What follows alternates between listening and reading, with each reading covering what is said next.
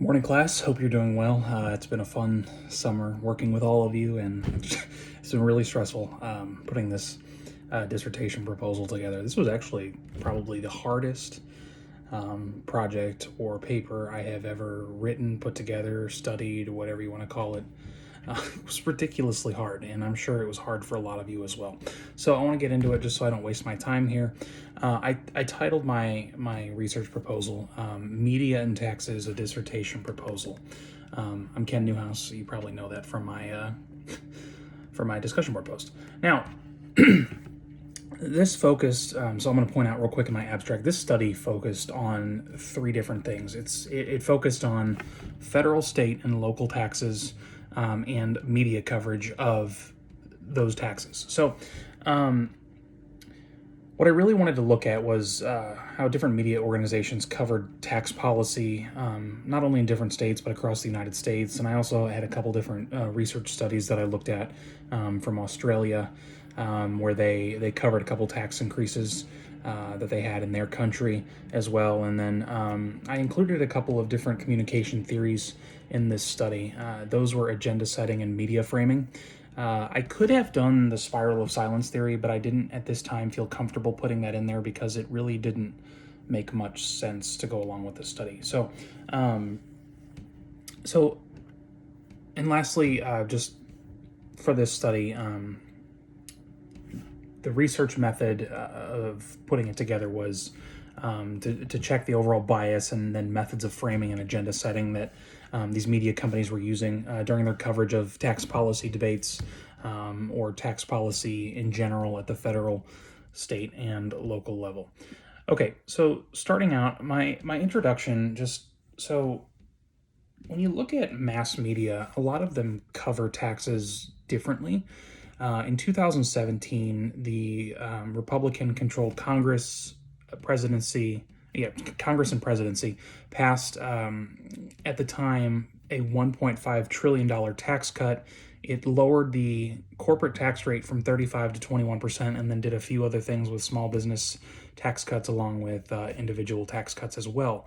It was actually one of the largest tax cuts in U.S. history. And so the main focus on that in this study was focusing on larger corporations, larger media corporations like Fox, CNN, Washington Post, Huffington Post, all these different nationalized print or just not just print, but print, digital, and just could be radio or just mass TV networks that were covering this during 2017. So tax policies at the state and local level are likely not going to be covered by companies such as Fox, CNN, Washington Post, Huffington Post, all these different places. Why? Because it doesn't affect the large population or like the entire population of the United States.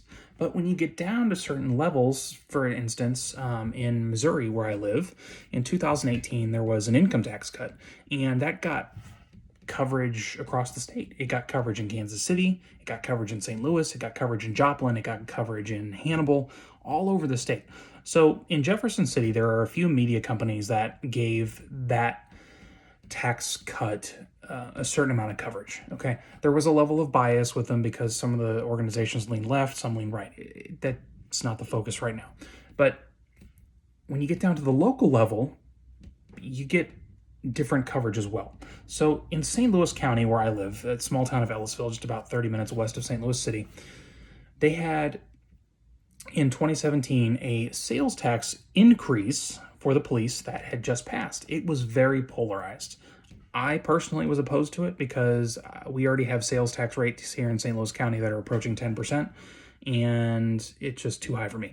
But that's not the focus of this. The focus of this is the coverage of the local media. So we have different media organizations here in St. Louis County. We have the St. Louis Post-Dispatch, we have Fox 2, we have KSDK Channel 5, which is NBC, and we also have CBS and a bunch of other little niche networks that covered this tax increase. And then also, I was actually part of an interview with NPR in St. Louis, which is St. Louis Public Radio, and I argued against it. And it was quite an interesting debate. So it's just all, it's all different. It all varies in coverage from federal, state, and local, because all these different media companies, they vary. Because the St. Louis Post-Dispatch, while they probably will cover national news, the local news that's happening in St. Louis is likely not going to get, from the research that I looked at, likely not going to be covered